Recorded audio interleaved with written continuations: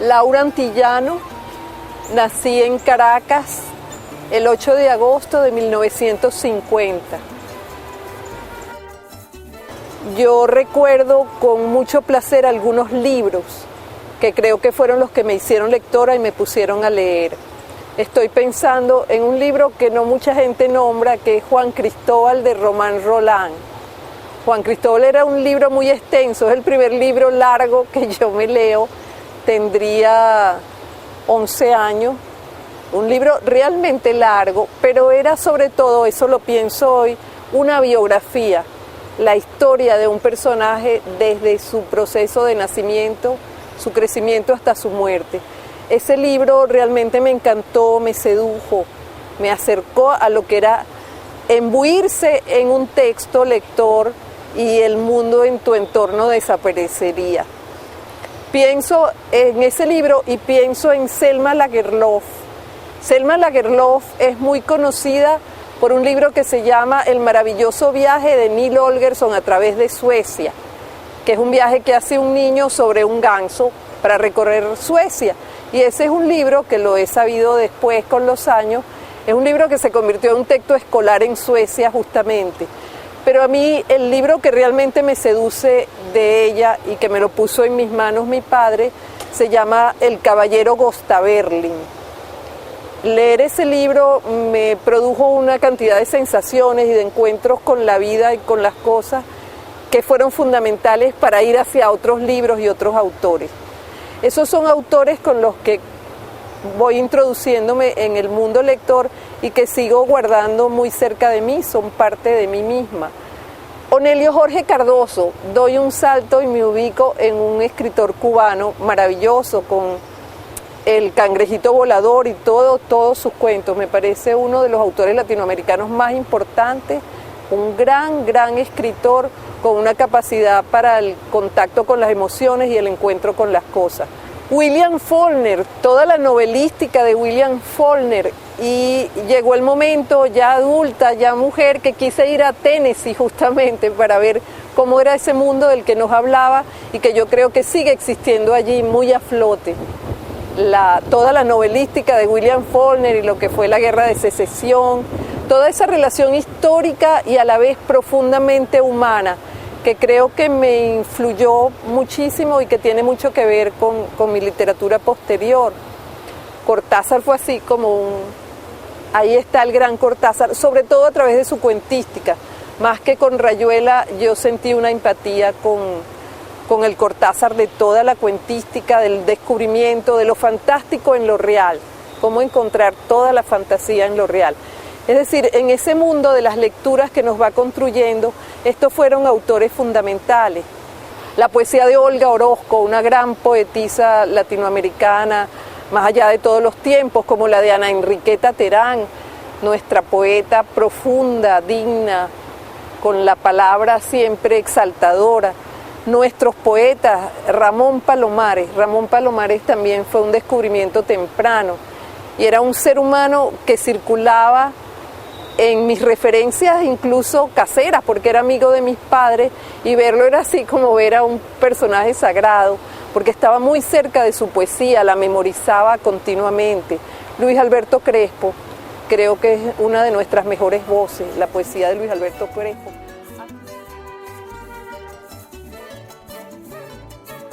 Yo he ido cambiando de género literario. Realmente cuando comienzo a escribir, yo escribía poesía. Y la primera vez que me atrevo a leer un poema en público es cuando estoy estudiando en la Escuela de Letras en Maracaibo, en la Universidad del Zulia, que formábamos grupo con Alberto Áñez Medina, con Blas Peroso Naveda, con Hernán Alvarado, y leíamos públicamente, y yo me atrevo a leer poesía, pero extrañamente eso nunca lo publiqué. Escribí mucha poesía en los comienzos y después pasé a la narrativa. La narrativa pasó para mí a ser un género primigenio, pero un género fundamental en el que me sentí cómoda durante mucho tiempo. La mayor parte de mi obra como escritora es narrativa, novelas y cuentos. Si tú me miras, La luna no es de pan de horno, Solitaria, solidaria, Perfume de gardenia, En fin, todo el género narrativo para mí fue el género para contar el mundo, el género para contar la vida, el género para mirar las cosas, el género para recorrer la historia, las historias personales, las historias de construcción de mundo, pero las historias del país, las historias de América Latina, la vinculación con la historia para mí es fundamental, ahí está. Pero ocurre que ahora, en esta última década de mi vida, lo que he publicado más es poesía. He regresado, he retornado a la poesía y es un género en el que me siento bien.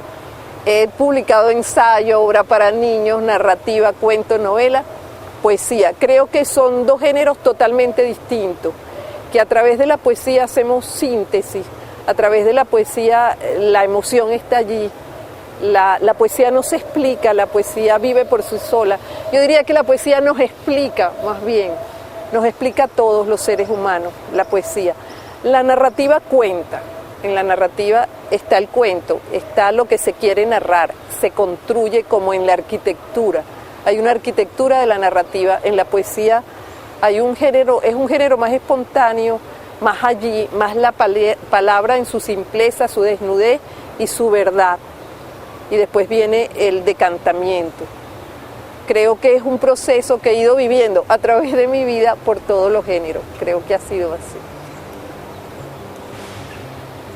Yo escribía textos cortos, pequeños cuentos, pasé de la poesía al cuento y vivía en Maracaibo, vivía en la ciudad de Maracaibo y los llevaba al Panorama, que es el periódico típico de esa ciudad y de la región toda. Y había una página de artes y letras, se llamaba. Y regularmente publicaron una serie de mis textos. El coordinador de esa página se llamaba Néstor Leal. Había sido miembro del grupo Apocalipsis, era también un escritor. Y cuando Néstor Leal se viene a Caracas y pasa a ser director literario de Monte Ávila, años después, él mismo me llamó y me dijo, yo quiero publicar ese libro. Yo le decía, ¿qué libro? Era la reunión de mis cuentos, los cuentos que yo había escrito cuando tenía en realidad 15, 16 años.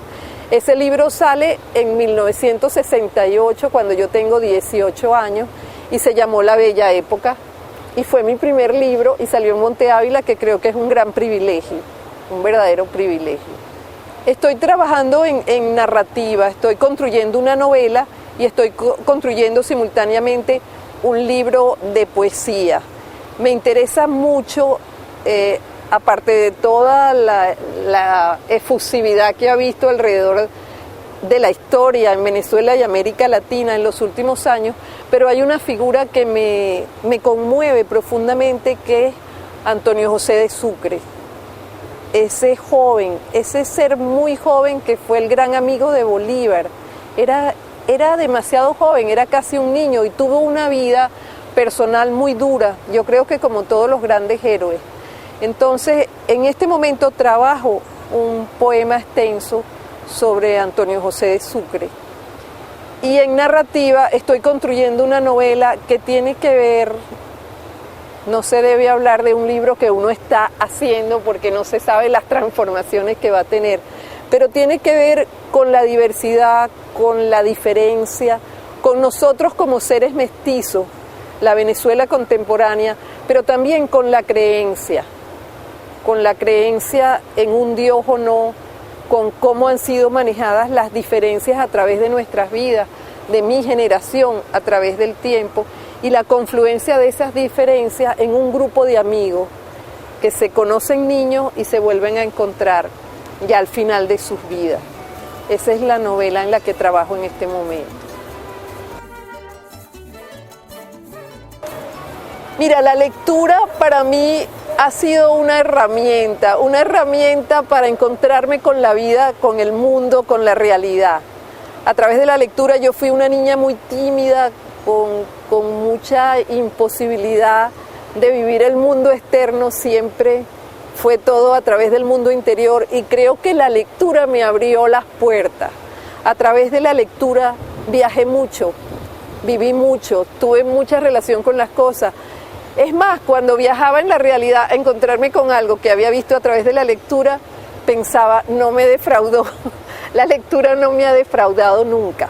La lectura me ha ayudado profundamente a vivir y para mí la lectura es una fuente de goce, también de sufrimiento, pero sobre todo de conocimiento, de encuentro con lo que somos los seres humanos, que creo que es el hecho más importante que me he encontrado en la vida, justamente ese, el mundo, la selva de los seres humanos.